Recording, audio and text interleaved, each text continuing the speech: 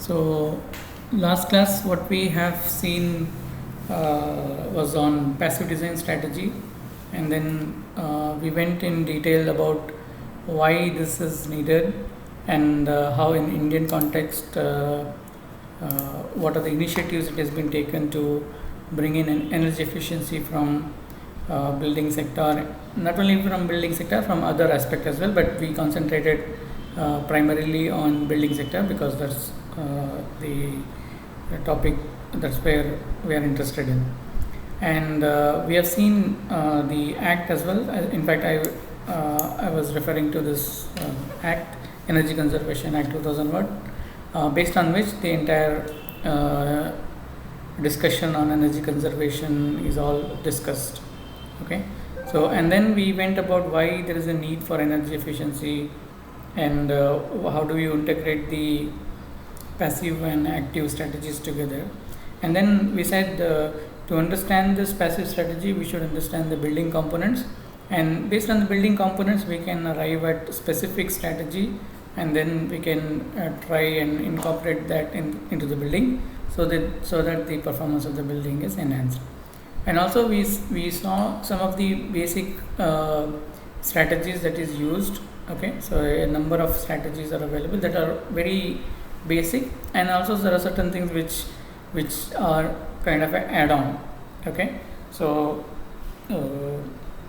we went into details of how building component, building materials, all that has got an impact, right? Then in fact we went into details of each component, so describing or discussing what goes in each component. Okay.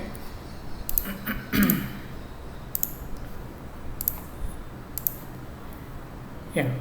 And then I think we start with some of the tools available that we can use it for analyzing or justifying what we do and whether our assumptions are in line with the scientific tools or not.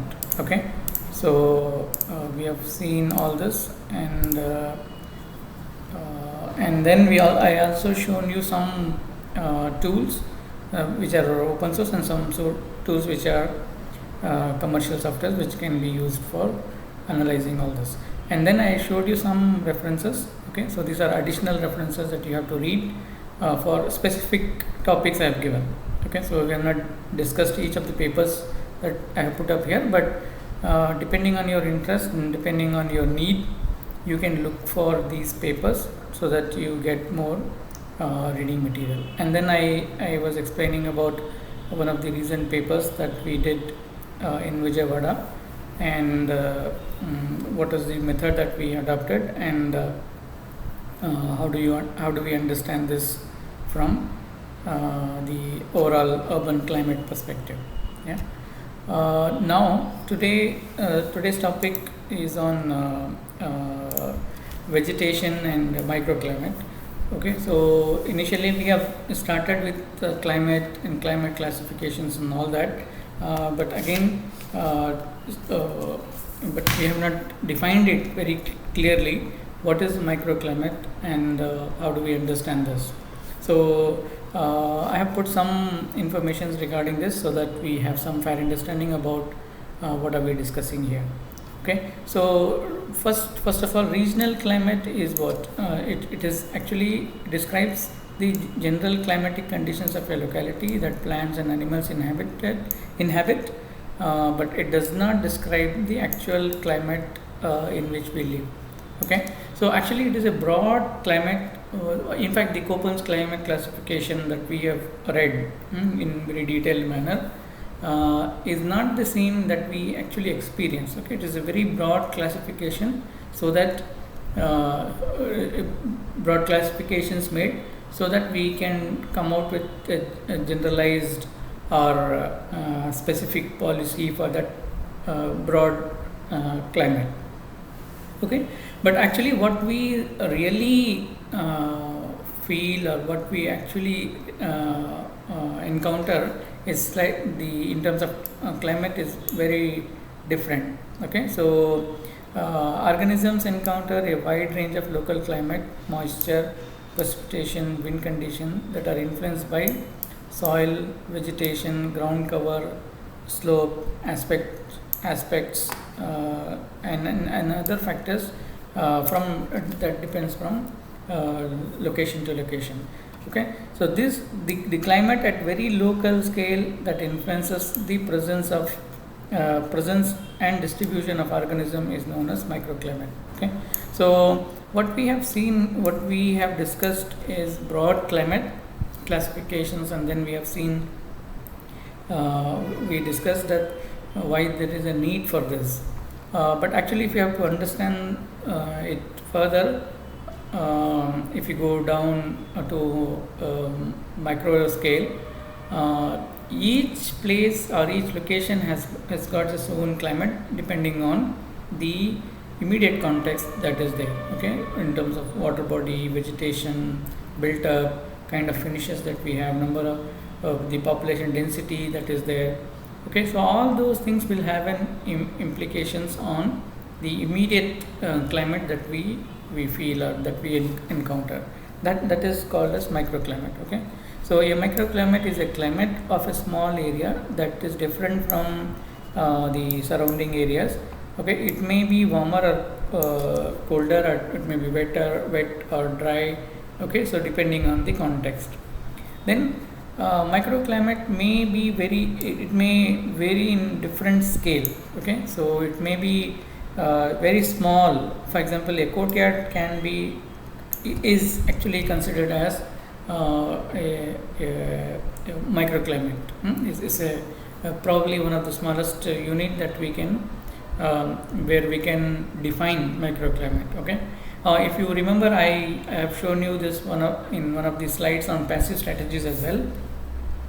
How courtyard can be used as a passive strategy, and we talked about buoyancy effect in courtyard. Okay, so the microclimate can be defined at that scale. Okay, so a protected courtyard next to building, for example, okay, that is warmer than the exposed nearby field. That can also be considered as one location where specific microclimate can be defined. Or microclimate can be for a large area. For example, if you have a large water body or a large thick green area.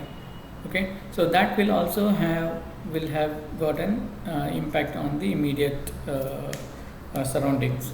Okay, and in fact, if you remember, we have discussed this similar idea when we discussed about topography. Okay, so we said urban greeneries or water bodies will act as sponges, urban sponges, right? So that will have where temperature is actually observed. So even that variation in temperature can be observed from the courtyard scale to a very large scale as well. Okay, so this is how microclimate is defined, and whatever we study at this scale is called micro meteorology, where weather related at a scale of at a micro scale. Okay, for example, let's say when we do measuring temperatures or any other climate parameters at a very small scale, and we do conduct studies at a very micro scale, right? So if it in that process is called micro meteorology, where we can have our own set of instruments for measuring the environmental condition, immediate environmental conditions. Okay, so that's why we always say that when we take weather data, it is a very broad regional data. Okay, so and if we compare that with the measured data at a very micro scale, let's say this is at a city scale or weather station scale. Sometimes it's bigger than city also, right? So the weather data that we have. So but whereas we talk about site and we say that my building is here, and I have analyzed this using the regional climate data. Okay, so although it will give you overall picture, okay, 90% of it may be similar, but this 10% or 15% variation because of the immediate context that we have, okay, that will have a different impact on the way the building performs. Okay, so those things can be understood through at a micrometeorological data, okay, where we can take measurements or record measurements for further processing, and then coming out with specific solutions. Okay, so very local. Excuse me, sir. I think Mantra is trying to enter.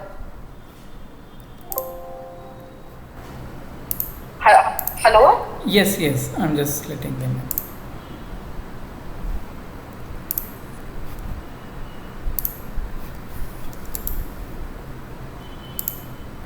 Yeah, so very local scale means difference in temperature between sunny and shaded portion. Okay, so this can also be studied, or we can also in fact study about the relative humidity of the green patches and the immediate surrounding area as well. In fact, I had one PhD scholar. She was trying to, we were trying to do one case, not one case, I would say. We were actually trying to define what is the role of a tree in defining microclimate. If you are given one single tree, or if you have one tree in a site, how do you measure the immediate microclimate of that green patch? Okay, so how does it impact, and how do we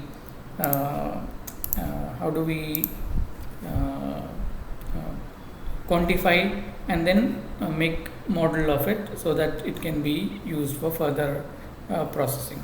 Unfortunately, we could not progress much because we could not get funding for devices and so on and so forth. And hopefully, in coming years, I will try to do that.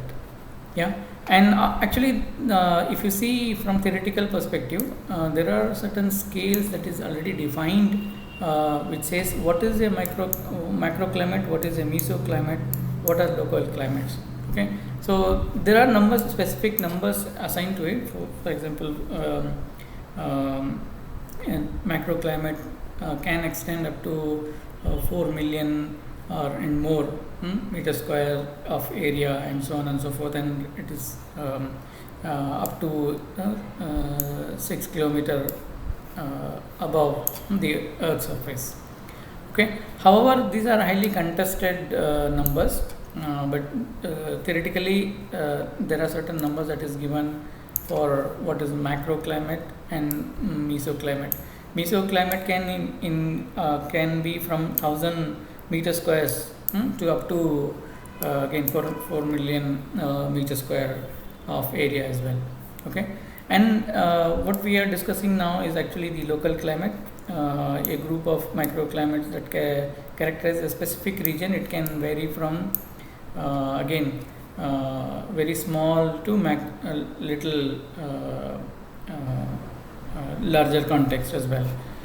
Microclimate is the smallest unit that we can measure, okay, that we can understand. So that can be from very small pocket of land to a big, let's say for example a field. That is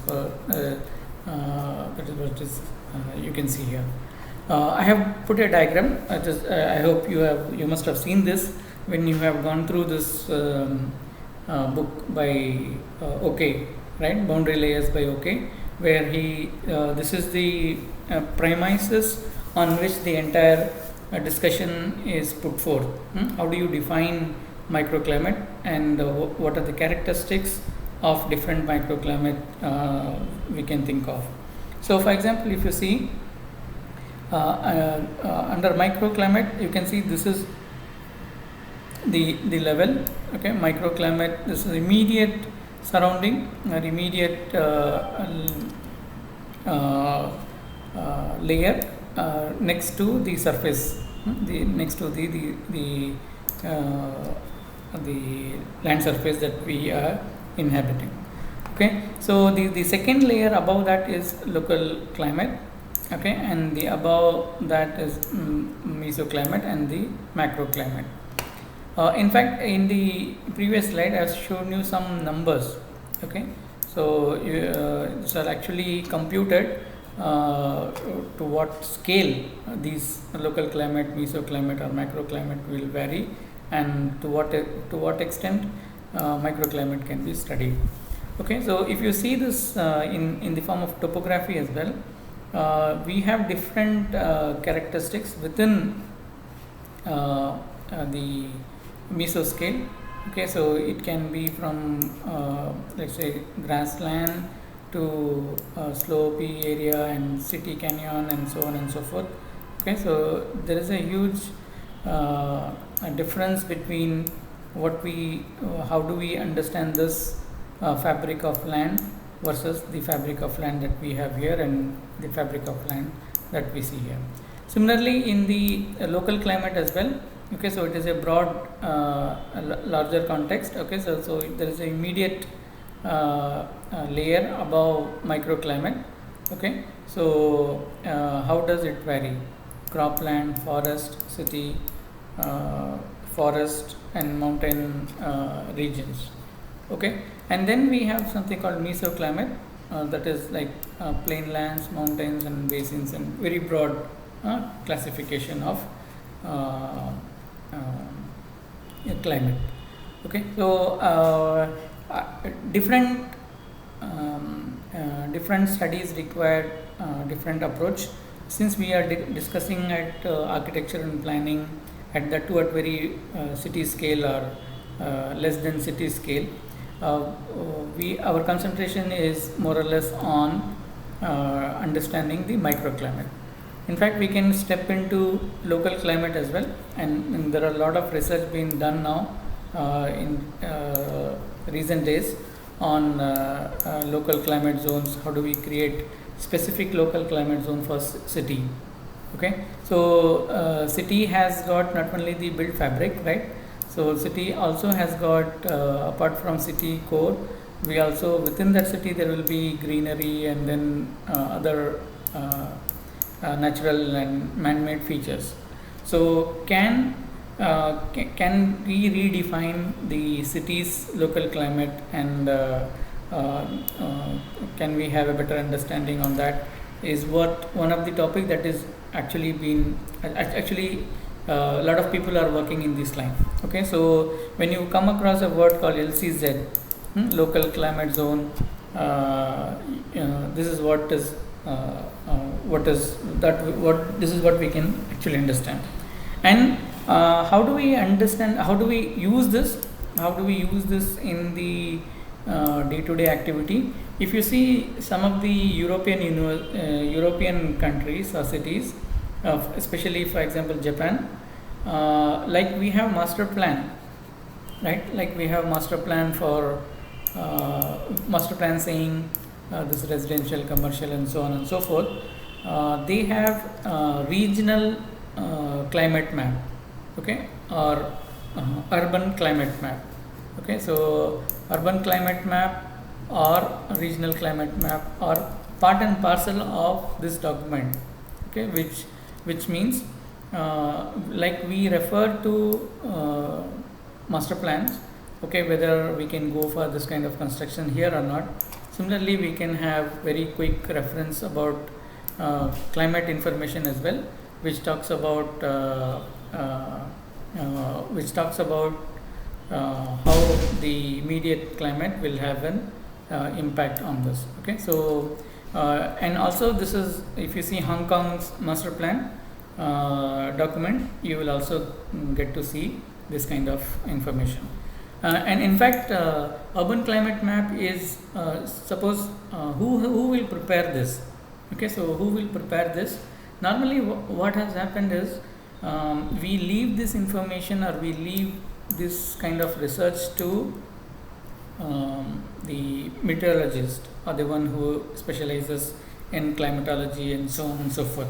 Okay, so actually if you see the science, if you see the components of urban climate map, and if you break down into the parameters and indicators, you will see that many of the parameters are to do with the architects and planners. Okay, so these urban climate parameters, or urban climate map, includes the local temperature, humidity, wind, build fabric, the kind of finishes that we have, morphological characteristics. Okay, so all these things are the components that makes urban climate map. And in fact, if those who are finalizing studies, and those who are interested in doing some new work, you can try doing this. I have seen, I know all the theses I have so far, at least from the sustainable architecture batch. So far only one person has made an attempt to do an urban climate map for one city. Okay, so maybe if you are interested, you can take up this topic and then see how do you materialize this. Okay, one question that may arise, that may come, that you may ask is, why should we do it? Okay, and what is the use of this? Actually, if you see from the application perspective, not all the architects are trained to look at the climate aspect the way we are looking at it. Okay, so not all architects, not all the decisions makers, not 99% of the decision makers are not trained to look at the cities from the climate perspective that we actually look into it. Okay, so if we can able to translate our observations in the form of policy documents, in the form of some recommendations, okay, so those ideas will percolate into city planning or large development as such, and that will definitely will have larger benefit than coming out with net zero building. Okay, that's my assumption, or that's my stand. You may differ with me, but I think if we have to make some significant contribution from climate study perspective, if you want to bring something beneficial for the larger city context, we should work at this scale, micro scale, or in fact we can touch slightly on local scale as well. Okay, so and also if we can work towards coming out with some policy measures, okay, that will definitely have larger implications than individual high performance buildings. Okay, so that's one thing that I thought I will highlight here, so that you can take some clues from there. Plants respond to their minor variations in climate mainly by growing in favorable conditions, and we know that, and they don't grow in unfavorable conditions. And also, if you see, another example is growing of mosses in shaded area, because these are very sensitive to the immediate climate, okay, and favorable conditions. So when we talk about landscaping, or when we talk about vegetation, they are very sensitive, and that needs to be understood as well. In fact, by altering wind movement, evaporation, moisture, and soil temperature, vegetation influences the microclimate of an area, especially near ground. Okay, and if you remember, in the initial classes we saw there are certain phenomena that happens, right? I talked about clothesline effect, okay, clothesline effect, and then we talked about valley effect, and then in fact in the clothesline effect we said if you have a series of trees, okay, so how it blocks or how it prevents the movement of wind, and because of which what happens in the immediate surrounding, all that.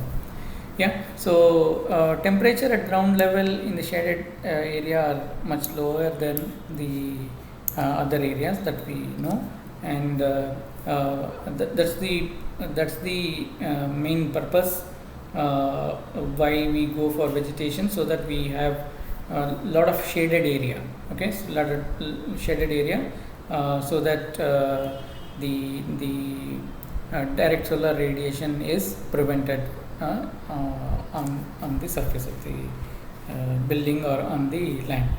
Vegetation reduces the steepness of temperature gradient above the ground surface. It influences the relative humidity, the surface of the object that receives or impacted by impacted directly by solar radiations.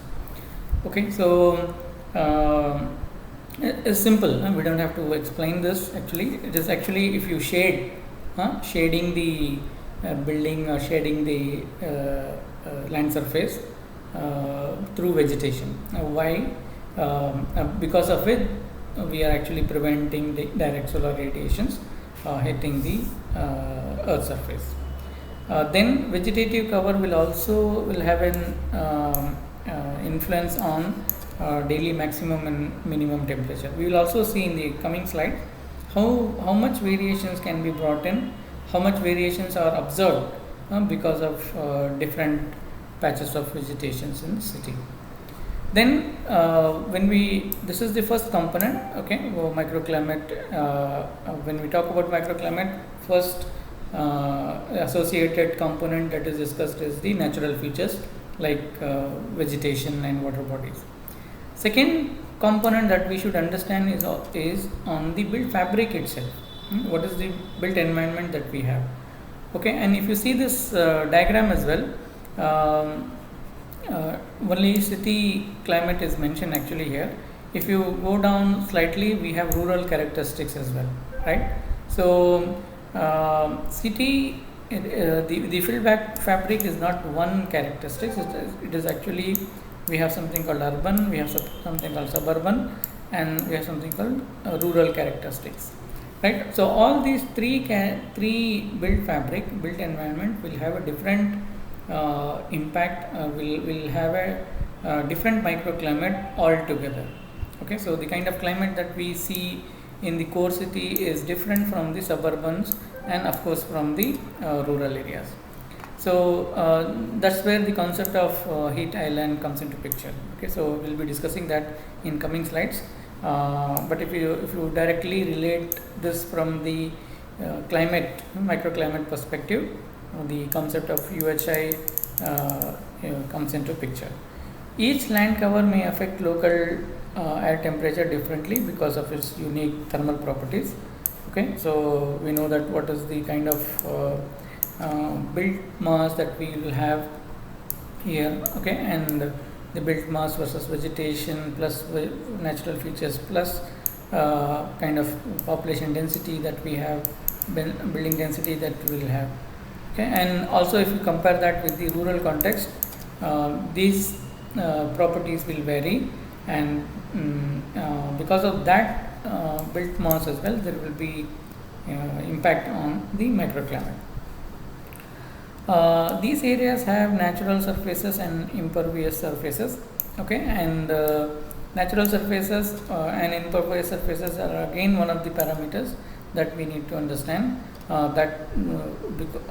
through which the microclimate is impacted.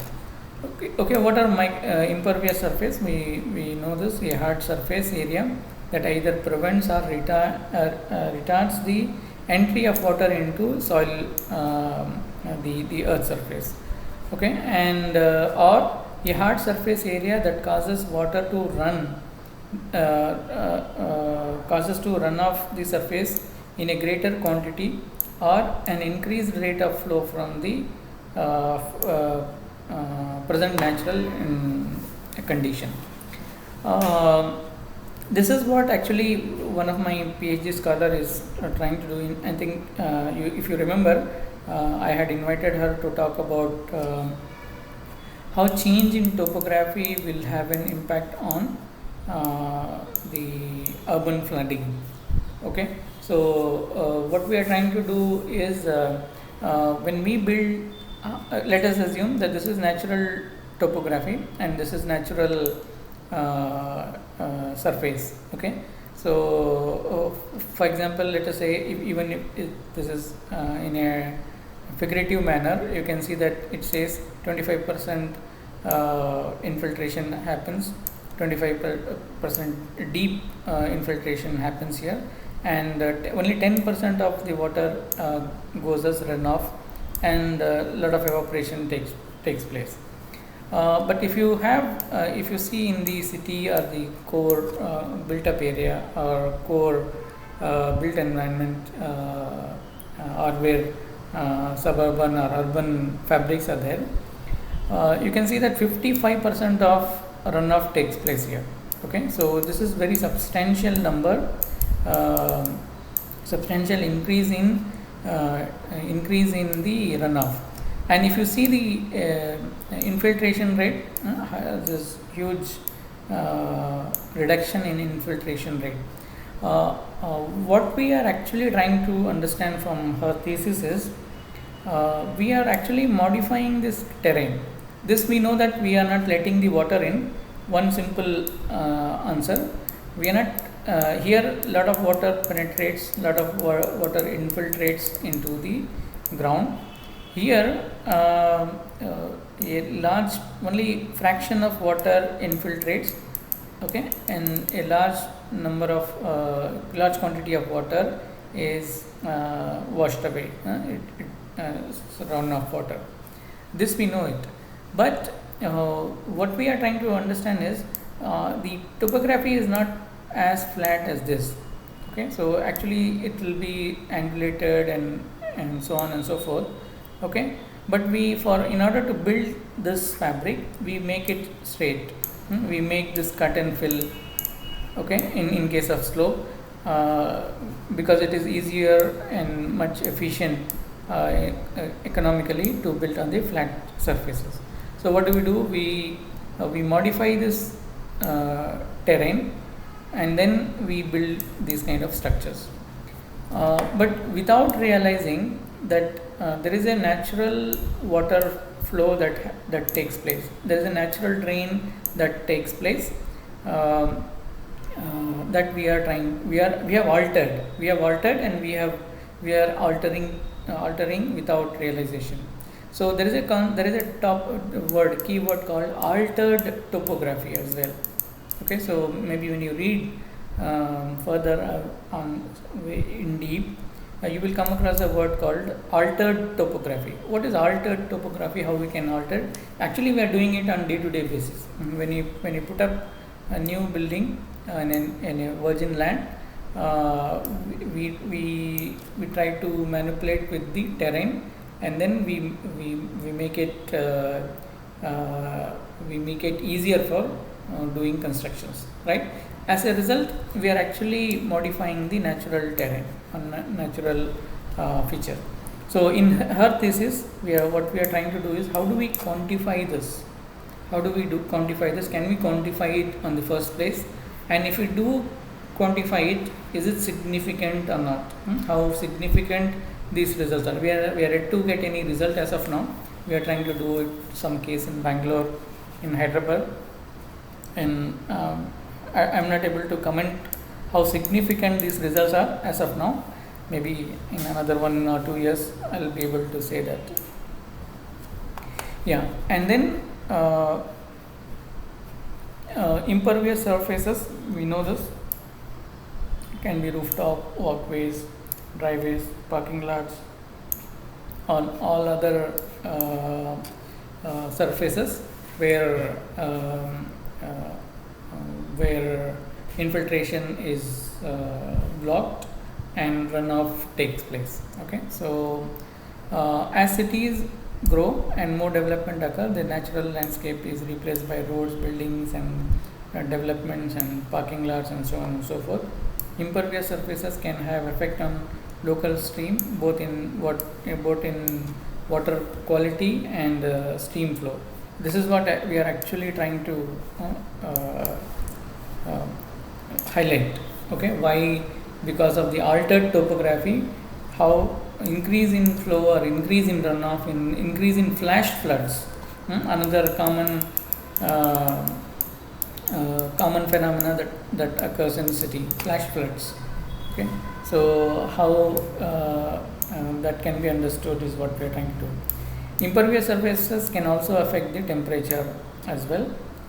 In fact, in one of the studies, I was very I think in the next few slides I'll try to explain this. We know this there because of the kind of surface finishes that we have. Higher temperatures can be observed. Higher temperature of up to 80 degrees Celsius were all observed in the studies. I'll show this in coming slides. So as a result of it is what happens is the phenomena called urban heat island. Okay, an urban area as urban area develop, changes occur in the landscape, building, roads and other infrastructure comes into picture. Surfaces that were once permeable and moist become impermeable and dry. These changes cause urban regions to become warmer than rural surrounding, forming an island of higher temperature. Those are called urban heat islands. Okay, this is very in very simple manner how we can define urban heat island. And if you see from papers, you must have definitely read about this. You can see the surface temperature during daytime. If you take the readings, probably in fact in some of the papers these surface temperatures are recorded as high as 80 degrees Celsius as well. Okay, and of course this is air temperature that remains more or less uniform. Okay, throughout. Surface temperature during night time, you can see that there is slightly increase and decrease, but it overall conforms with the air temperature at the night. Okay, so this increase in temperature during daytime or particularly in the city context is what we are discussing, and how that's where we actually try to do something. Okay, so that this gap is brought down. This air temperature, the gap between air temperature and surface temperature is brought down. Okay, so heat island occurs on surfaces and in the atmosphere. Okay, on hot sunny summer day, the sun can heat dry exposed urban surfaces such as roof and pavements and so on to up to 50 degrees Celsius, the hotter than air. Okay, while shaded and moist surrounding area will remain cool during the same or it will remain closer to the air temperature that is there. Okay, so if you can see that the difference is less here in the rural context, but the you can also see, I think I will erase this so that we can, there are two, though this is very graphical, there are too many scientific information is there in this. Okay, so if you see here, there is a dip in temperature, and you can correspond this with the water body that is there. Okay, and of course there is sharp increase in the temperature. We can correspond that with the kind of surface finishes that we have. All right, So in the rural context, the temperature will more or less will remain in line with the air temperature, whereas in the city, okay, the temperature can go up to 50 degrees Celsius as well. Surface urban heat islands are typically present in day and night, but tend to be stronger during daytime. Okay, this is surface heat islands. There is another concept called atmospheric heat island. Okay, atmospheric urban heat island are often weak during late morning hours and throughout the day, and becomes more pronounced after the sunset. So this we can understand this UHI in two ways. Okay, so UHI phenomena can be observed in the daytime and night time. Okay, daytime what we observe is actually the surface temperature, based on the surface UHI. Okay, surface UHI, and in the night time what we see is the atmospheric UHI. Okay, so the annual mean temperature of a city with 1 million people or more can be 1 to 3 degree warmer than the surrounding areas. Okay, on a clear calm night, however, the temperature difference can be as much as 12 degrees Celsius as well. Okay, so there could be huge variation, addition of temperature because of the kind of settings that we have in hand. Okay, and if you look at the energy balance between what happens in the rural context and what happens in the city context, some of the things we can observe. What is the incident solar radiations? What happens? You can see it remains almost same. Reflected solar radiations. Okay, so you can see most of the radiations are large quantity of radiations are observed. Okay, outgoing infrared radiation. Okay, large because of the reflections, other things happen, and also sensible latent heat and sensible heat. Okay, that we what happens in the green or rural context or in the vegetative part of the built environment.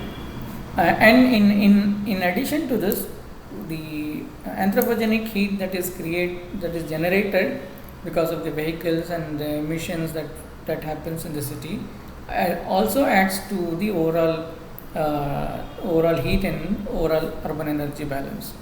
Okay, so that's the major difference between what happens in the rural context and in the urban context. And what are the causes for these things? It's not only increase in temperature. If you actually go into the details, we can understand this increase in temperature for under certain specific categories. Okay, for example, heat production activities. For example, industries produce the large emit large heat. Okay, as a result of it, and also the heating and cooling requirements in the cities. Okay, both for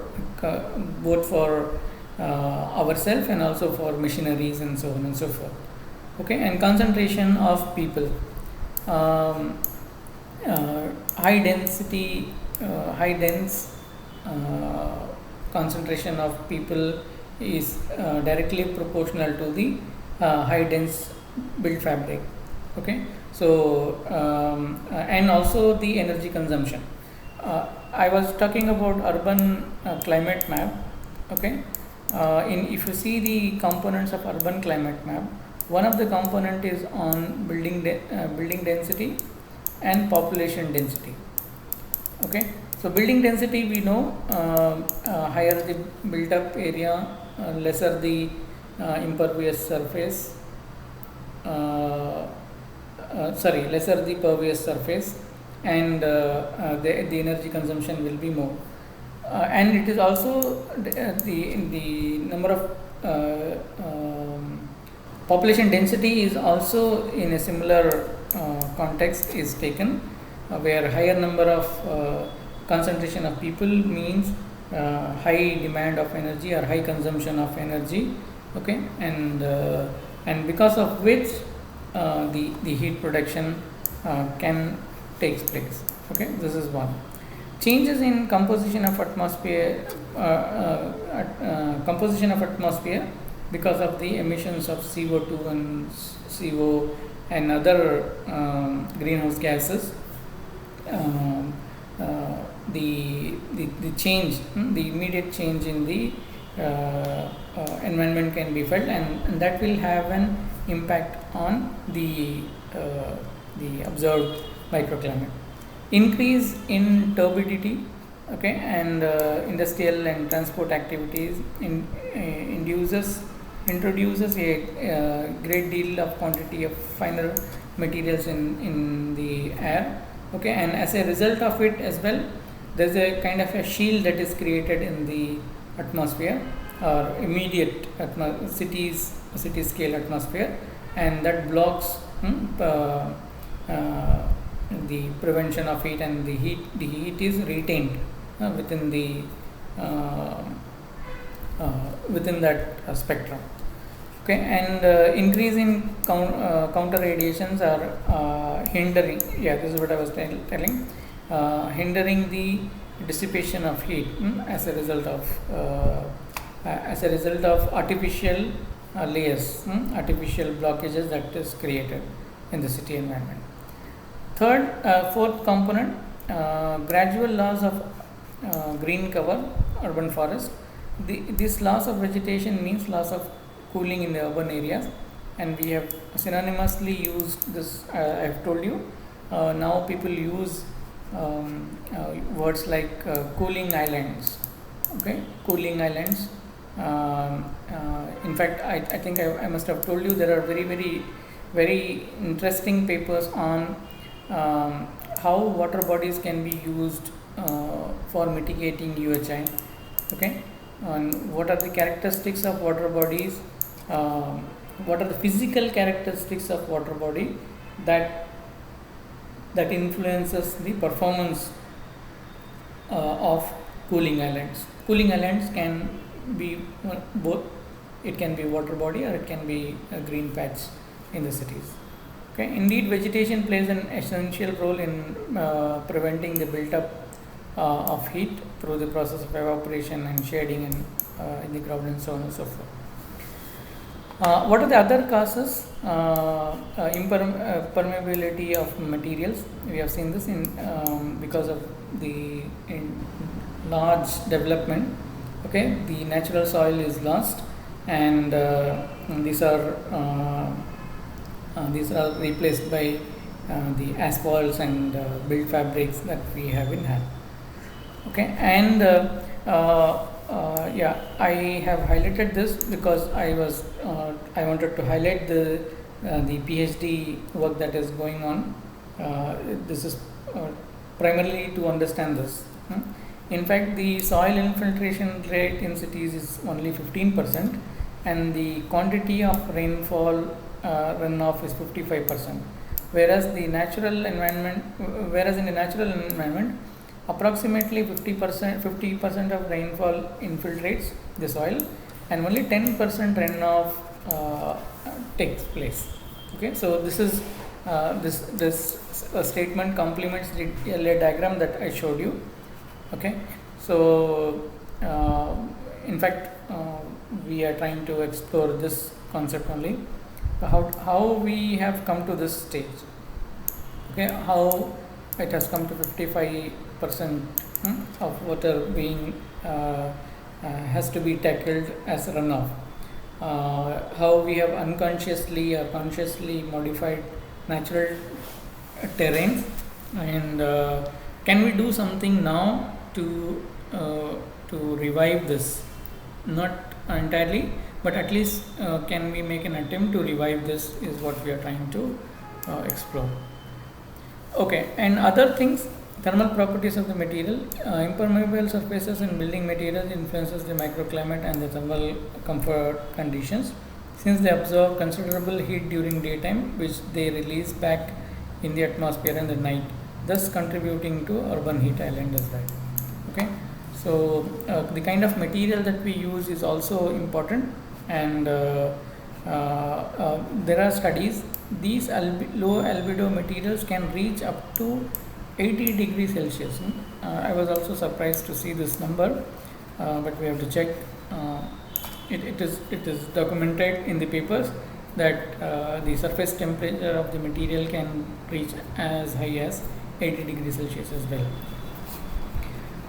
Urban planners and architects select materials on basis of various technical requirements such as security, durability, as well as cost, and generally pay little heed to environmental consideration. However, with this understanding that we are discussing now, our focus should be not on the cost and also not on the other aspects. We should concentrate on how we can bring this down. Okay, so what we should be conscious when we choose materials because that will have a greater impact not only at that site level but in a larger context level. In fact, there is one concept, right? Paint the roof white. Okay, so you just paint the roof white. What happens? Most of the light is reflected, okay, and we are happy about it. Actually, this is if you see from the individual unit, okay, then this is fine. Where what we are doing, we are just reflecting or deflecting the heat or the solar radiations, and then it minimizes the infiltration. We are trying to reflect back to the atmosphere. But if everybody starts doing this, okay, so if everybody starts doing this, we are actually creating more problems to the city environment than creating solutions. What we are doing as a result of it, see, if you understand this from one unit, this is just a reflection. Okay, let us assume 100 units reaches the surface of terrace surface, and let us assume that 60 or 65% more is reflected back, okay, and 40% or 35% or 30% is absorbed or it infiltrates into the building. But at one individual unit this is okay, but if you see this kind of heat being re-radiated into atmosphere by the entire city, okay, then we are actually creating a new effect. We are actually creating new problems to the city. Okay, so we are actually trying to, it will modify the local climate itself. Why? Because of the excess radiations that we are trying to do it. But now we have more advanced techniques or materials as well, where for example, let's say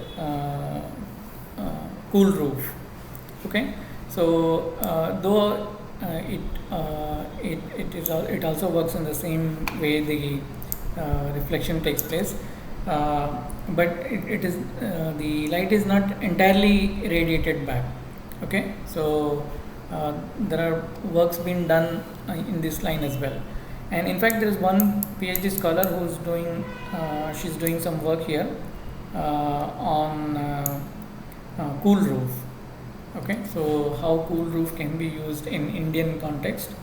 She's taking Hyderabad as a case, and we are trying to come out with how this can be done. Then another important factor, I think we normally don't give much emphasis, is on the morphology and the city fabric characteristic. Yeah, so urban morphology, which relates to the three-dimensional form and orientation of buildings and space, has also got an this also has got an influence on the microclimate of the city.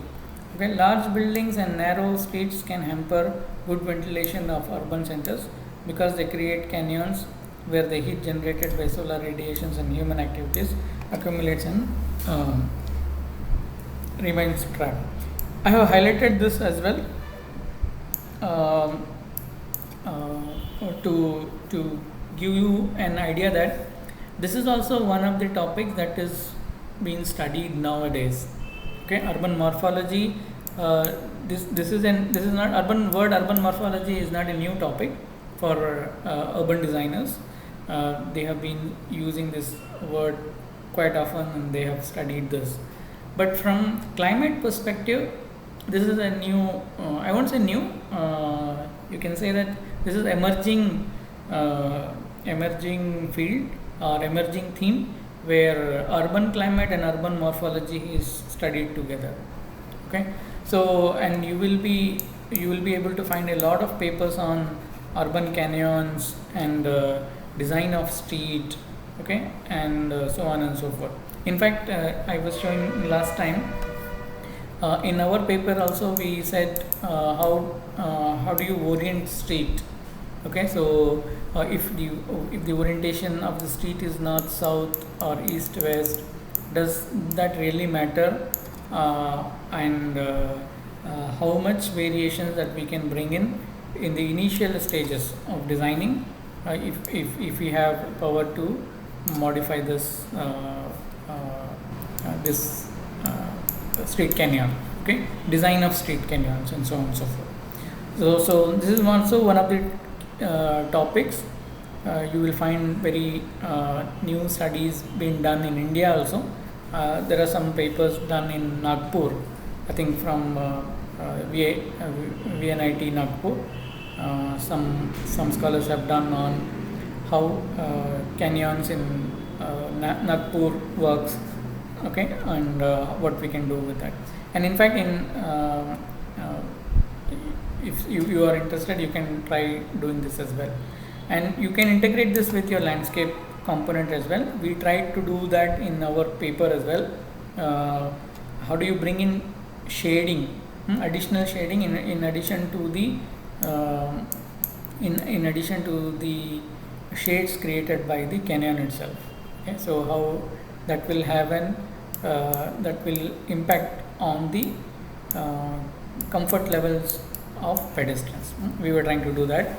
In fact, you can also bring in some dimensions of understanding into that.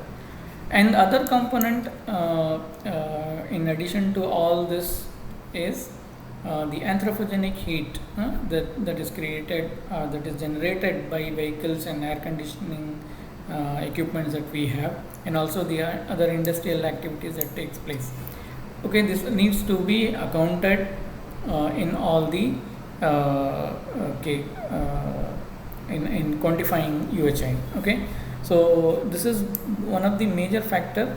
Okay, in other cases, some of the heat, or for example, heat is less stored here.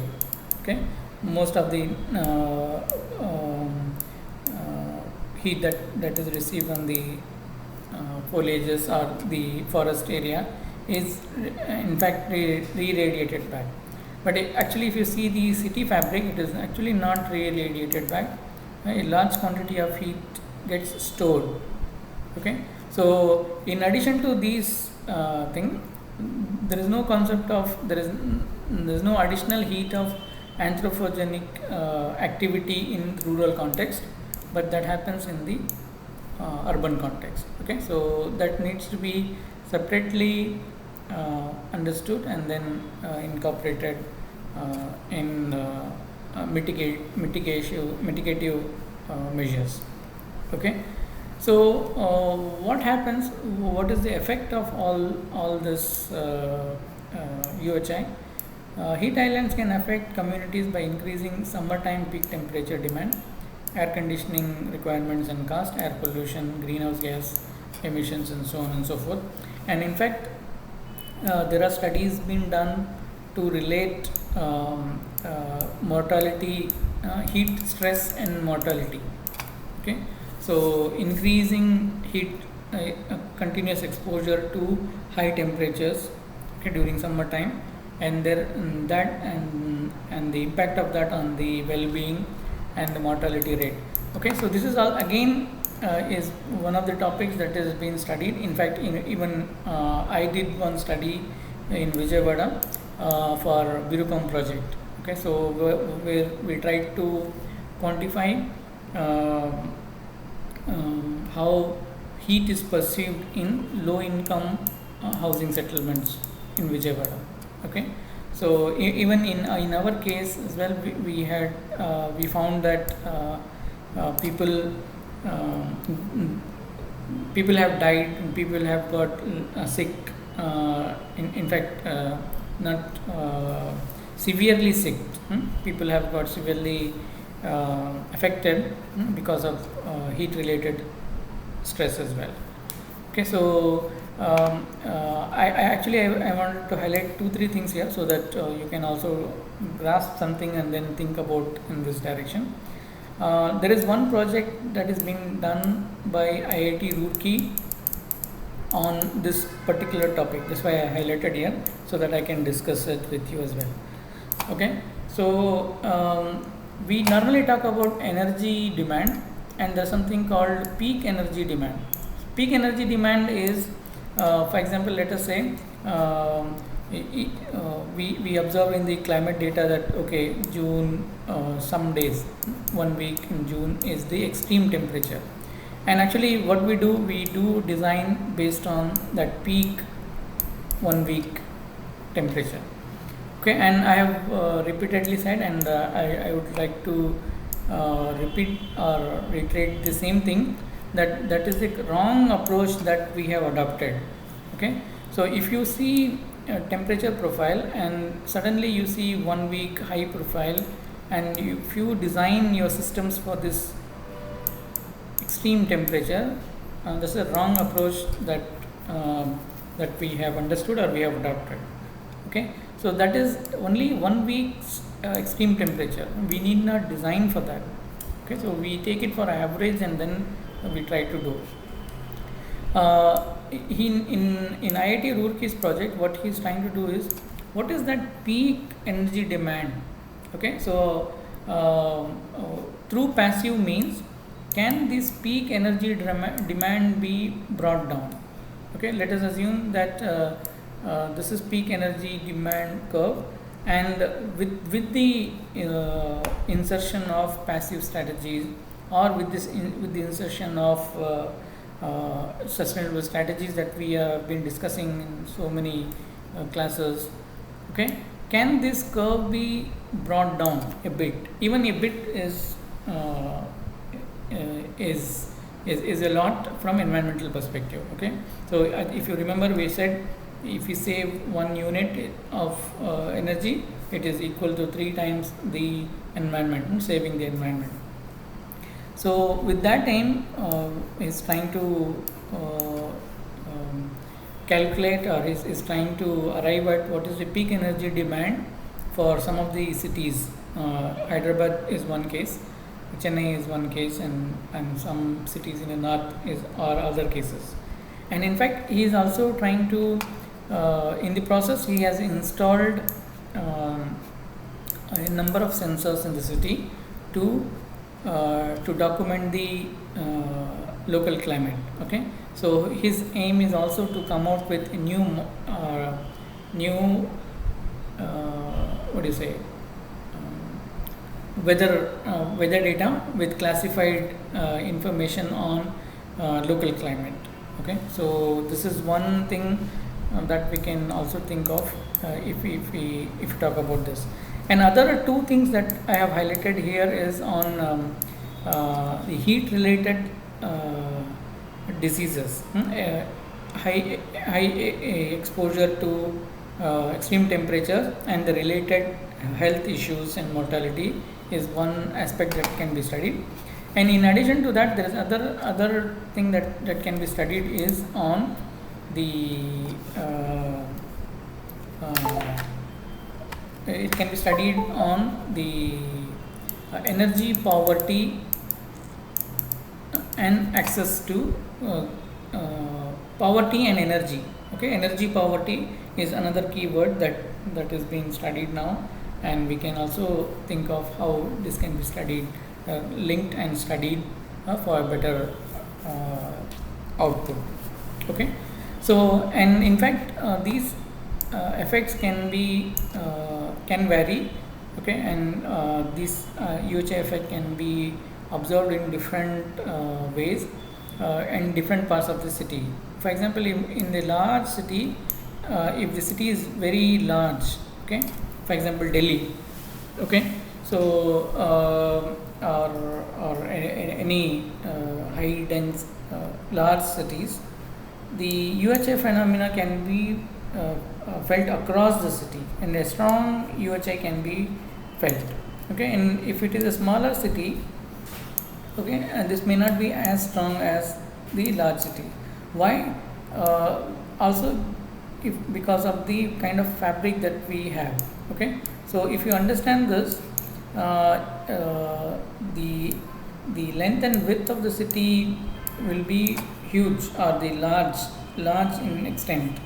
Okay, and continuously there will be increased temperature, observed increased temperature within this region.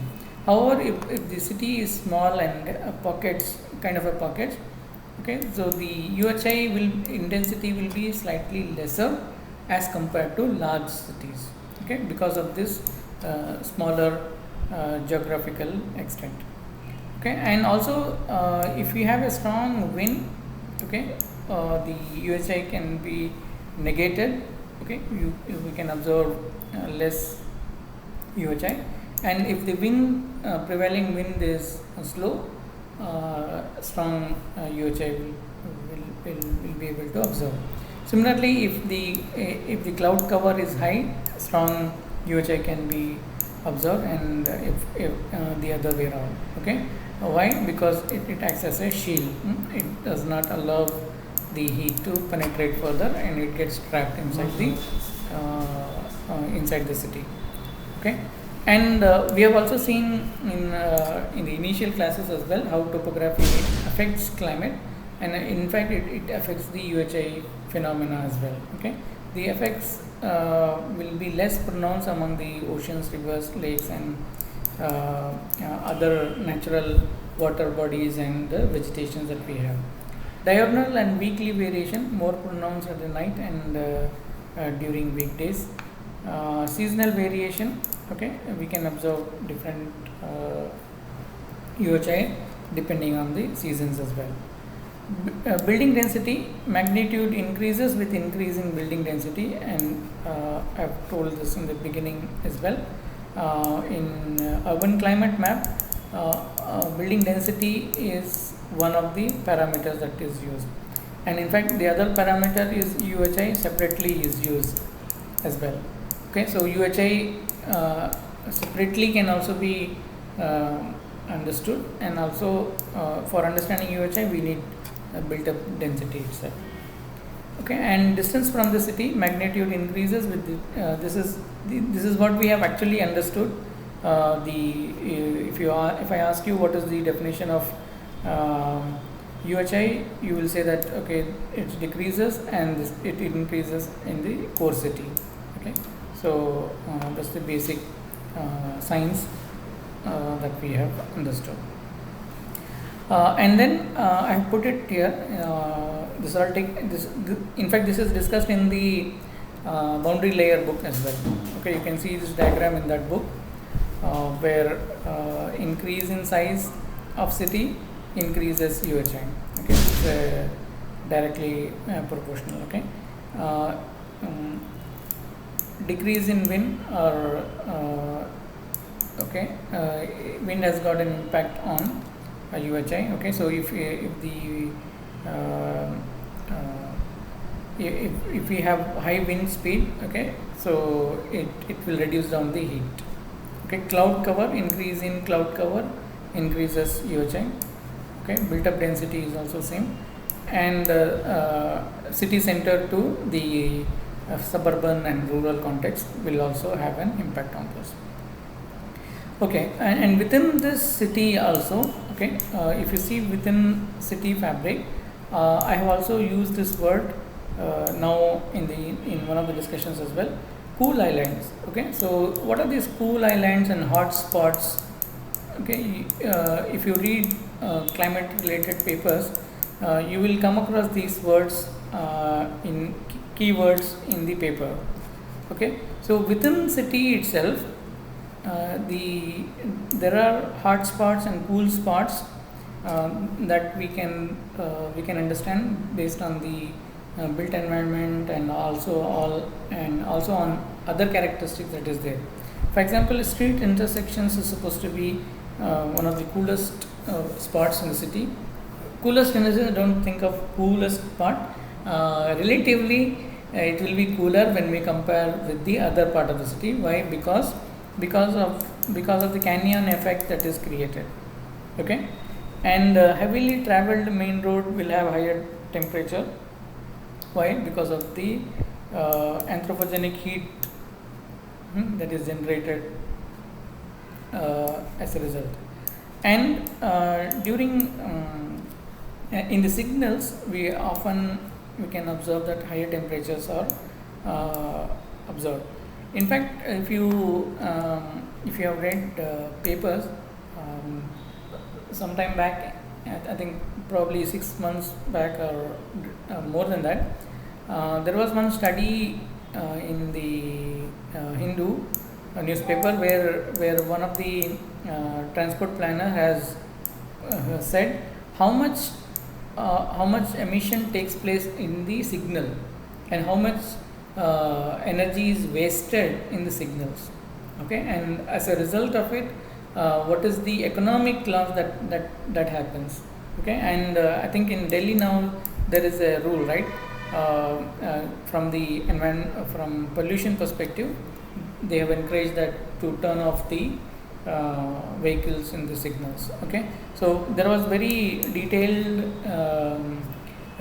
quantitative study on this some 6 months back. I read this in the newspaper as well. Okay, so actually temperature variations can happen in three ways. Okay, so because of the pollutants, and also because of the artificial blockage that is created because of the pollutions and other things, these the increased temperatures can be observed within the city. Okay, so these are some of the things that we should understand, and also what is the effect of this. As a increased UHI will lead to increased energy consumption. Okay, one study estimates that heat island is responsible for 5 to 10% of the peak energy demand for cooling of buildings in the city. Okay, so these are very big numbers if you see city at a city scale, right? So measures needs to be taken so that these things are brought down, and also elevated emissions of air pollutants and greenhouse gases. Okay, this is also another issue that we will encounter. Higher air temperature also promotes formation of ground level ozones. So it's kind of a lower level ozone layer, or kind of a trap that we create, we end up with if we continue to do this. Compromised human health and comfort. Okay, so warmer days and nights along with higher air pollutant levels can contribute to general discomfort and other illness. Okay, so that's why we should study this as well. And also it will have an impact on water quality. And if you see this statement, this is a very strong statement. We may have to we should look for substantial evidence on this as well. For example, hard pavement and roof surfaces transfer their excess heat to storm water, which then drains to storm sewer, raises the water temperature there, as it is released into streams and river, ponds and lakes and so on and so forth. Rapid temperature change can be stressful for aquatic ecosystem, and that will have an impact on their in their ecosystem itself. Okay, so this may look very simple phenomena, but it has got a larger implications in that. And from mitigation perspective, what are the things that we can do? Actually, 5 minutes.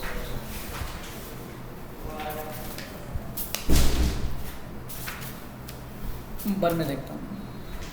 There are many urban heat island mitigation strategies, and they draw on to expertise of various professional fields, including urban planners, architects, and other professions. Okay, so these sorry, one second. These mitigation includes a number of steps. Okay, so which are actually classified in 4 ways. One is greening measures, okay, and something to do with urban infrastructure related measures, where primarily we discuss on what we as an architects and planners can do something on this, and stormwater management and soil permeability, and something to do with anthropogenic heat reduction measures. Okay, so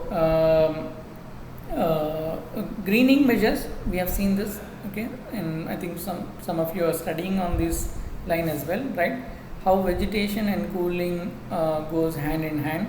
Okay, and there are many studies being done on this to quantify what is the impact of vegetation in bringing down the temperatures in the city. How vegetation and water bodies act as cool spots in cities.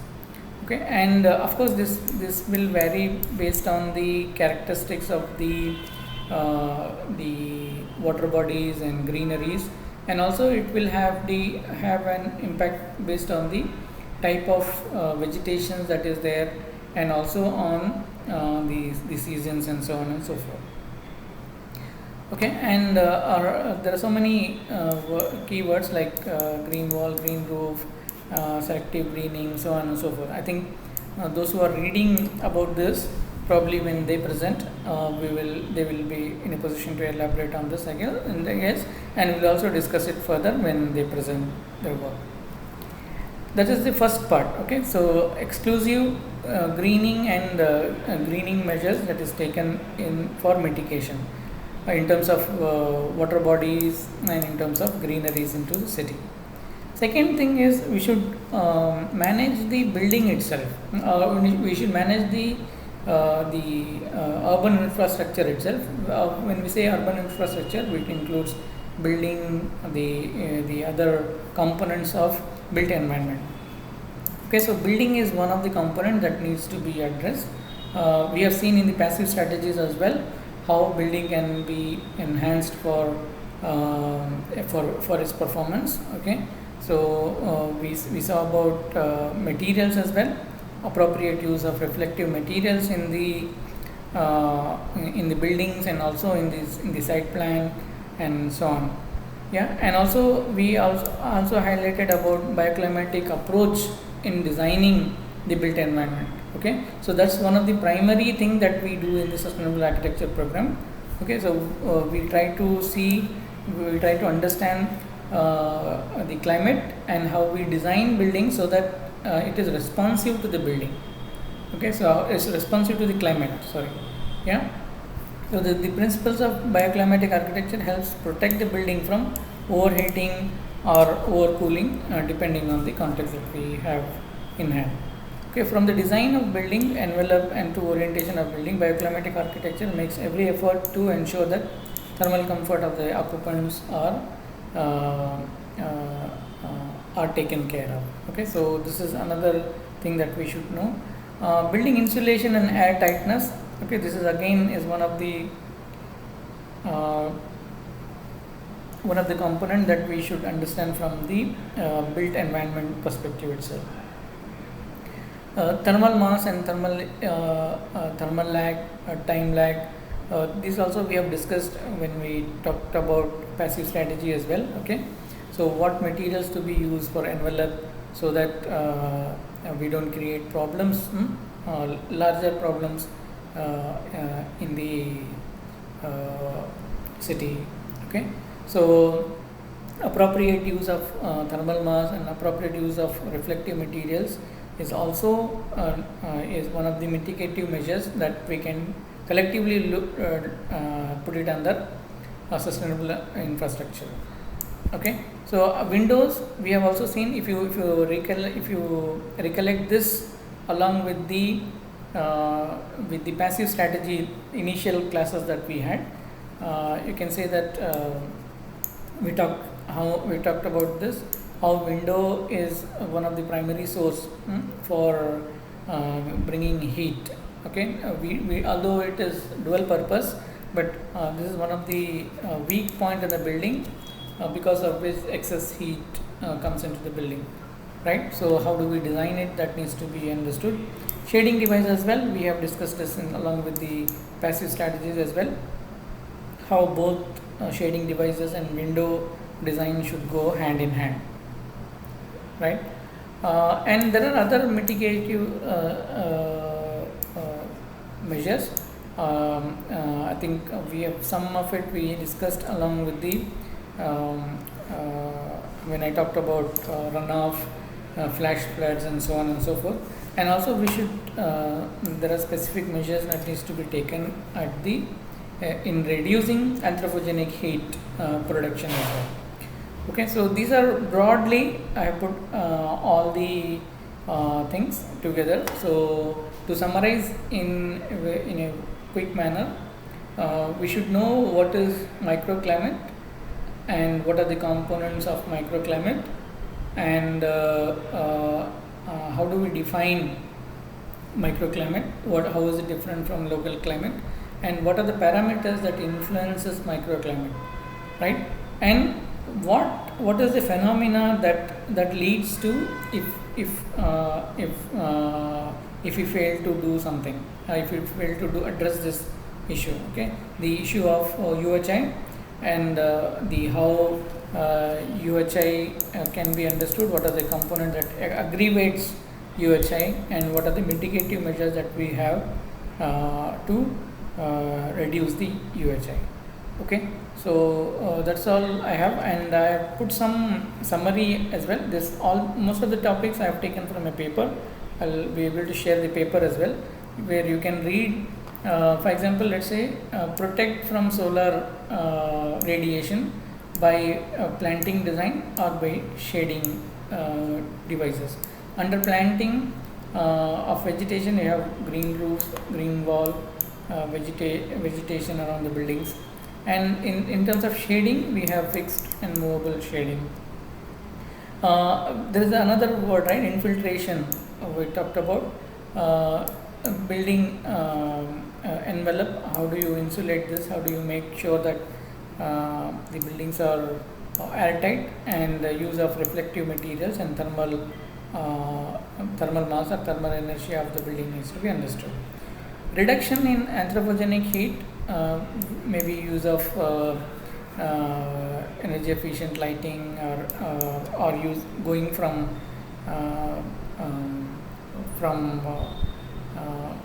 the electric vehicles can be opted for, and so on and so forth. Okay, so like that, from anthropogenic aspect, this can be discussed.